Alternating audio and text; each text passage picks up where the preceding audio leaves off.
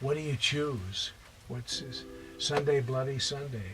It came out the year of the French Connection and was... When William Friedkin spoke about actors, he didn't just talk about performances. He talked about truth. Known for his explosive direction in The French Connection and The Exorcist, Friedkin was famously hard to impress. But in his later years, he surprised fans by revealing the 7 actors who left a lasting mark on him. Those whose raw power, commitment, and unpredictability shaped his entire view of cinema. These were not just favorites. They were kindred spirits in his relentless pursuit of realism and human depth. It came out the year of the French Connection and was nominated with the French Connection. They all bring back... 1. Gene Hackman. It's no surprise that Gene Hackman topped Friedkin's list. Their collaboration on The French Connection produced one of the most iconic performances in film history. Popeye Doyle, the gritty, obsessive cop who blurred the line between hero and anti-hero.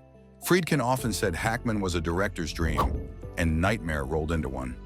He didn't want to act, Friedkin once recalled. He wanted to be. Hackman's intensity was legendary, so much so that Friedkin once pushed him through grueling 12-hour shoots, chasing that one authentic moment of fury or doubt. Off-set, the two men clashed often, both strong-willed and uncompromising. But Friedkin later admitted, "I never met another actor who could make you forget you were watching a movie." Hackman was the real deal. Sure.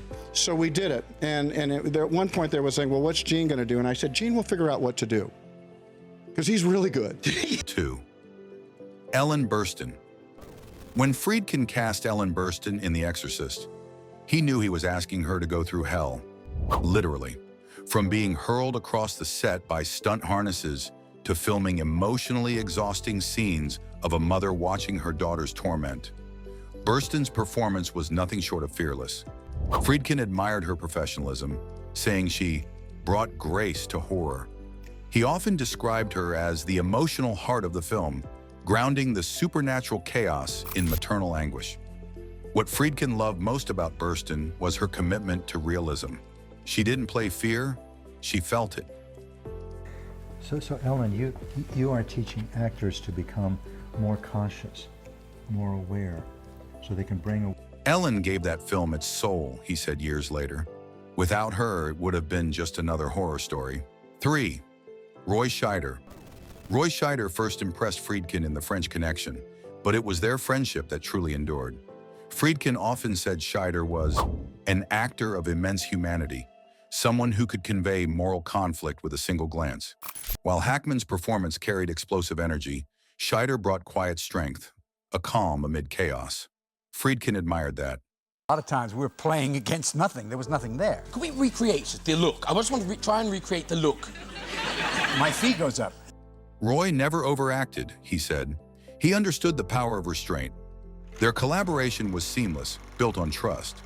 When Friedkin later saw Scheider in Jaws, he called Spielberg just to tell him, "You got one of the best there is." 4. Al Pacino. Friedkin had long admired Al Pacino's intensity and emotional honesty. Though they never worked together, Friedkin often praised Pacino as a performer who never cheats the truth.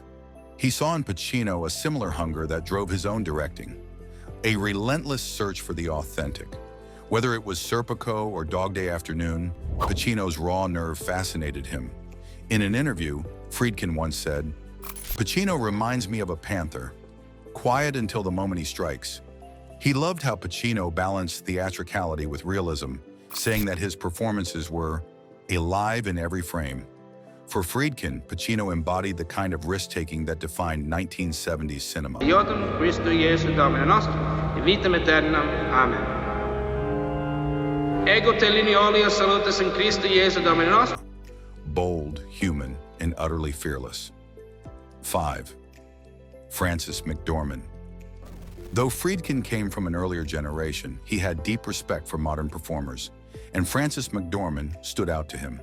Her no-nonsense approach, emotional precision, and deep understanding of character struck a chord with the director who believed in truth above artifice. He admired her work in Fargo and 3 Billboards outside Ebbing, Missouri, calling her an heir to the tradition of acting that refuses to lie. What resonated most with Friedkin was McDormand's willingness to look ordinary, even vulnerable, on screen. "She doesn't care about being glamorous," he once said.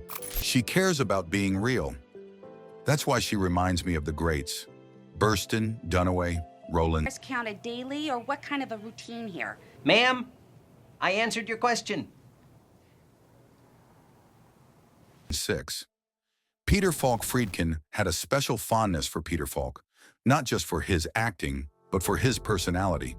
The two were friends for decades, often meeting over dinner in Los Angeles.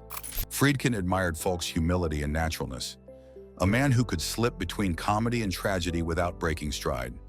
Friedkin once described him as the most honest actor I've ever met. Falk's portrayal of Columbo fascinated him, not for the mystery solving, but for the subtle psychology. "He played intelligence with humanity," Friedkin said. Falk reminded Friedkin of the working-class characters he loved to film. Flawed, funny, resilient, and real. You know, it's all fresh tomatoes, and she made the pasta herself, and I hope you enjoy it. 7. Willem Dafoe. Among the younger actors who impressed Friedkin, Willem Dafoe stood at the top. Their collaboration on To Live and Die in L.A. left the director in awe of Dafoe's courage. Dafoe didn't just play villains, he inhabited them. Friedkin said he could show the poetry inside evil. The director loved how Dafoe never treated dark characters as caricatures, but as complex, tortured souls. Their partnership reflected Friedkin's own fascination with moral ambiguity. "Willem," he said, "had the kind of fearlessness I always looked for. He'd jump off the cliff if the role demanded it, and he'd make it look beautiful." I'm embarrassed because I've been talking to you over the years, and like a lot of people, I say, here he comes, Willem Dafoe, and then I saw this old... 8. Harvey Keitel. Friedkin admired Harvey Keitel for his raw, almost spiritual intensity. Though they never collaborated directly, he often mentioned Keitel as one of the few actors who understood the violence and tenderness of life. He particularly loved Keitel's work in Mean Streets and Bad Lieutenant, describing him as an actor who prays with his eyes open. Friedkin connected deeply with Keitel's willingness to confront darkness, something the director explored throughout his own career. "Harvey doesn't act," Friedkin once said. "He confesses." He's one of those guys that you know, since I was, I think, 6, I was a big fan. No, he's one of those guys that Betty loves that. Yeah, you bring that up. He's one of those... 9. Faye Dunaway. Friedkin had a complicated admiration for Faye Dunaway. He described her as difficult, demanding, but worth every ounce of patience. He saw in Dunaway a power that few actresses could match, that blend of fragility and fury that made Network and Chinatown timeless. "She never just played a woman," Friedkin said.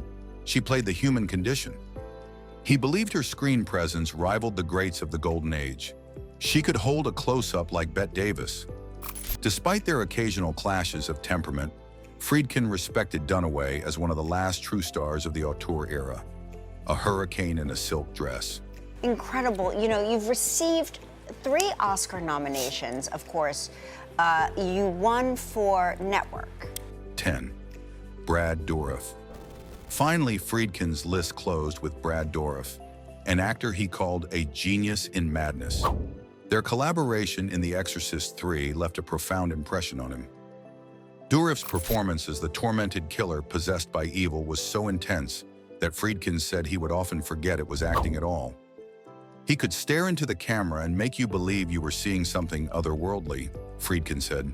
He considered Dourif one of the most underrated actors of his generation, capable of turning vulnerability into terror.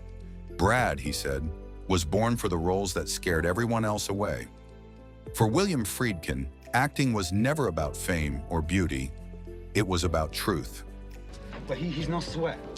What do you mean he's no sweat? It's already a goddamn convention in there. You got any more surprises for me? No, look, Leo, the only guy... The 10 names he revealed weren't chosen for their popularity or box office draw, but for their courage to expose the human soul on screen. Each of them, from Hackman's grit to McDormand's authenticity, from Burstyn's maternal anguish to Dafoe's dangerous grace, carried a spark of what Friedkin spent his life chasing: honesty, In his world, the camera was a lie detector, and these 10 actors passed every test. They didn't just perform, they lived before his lens.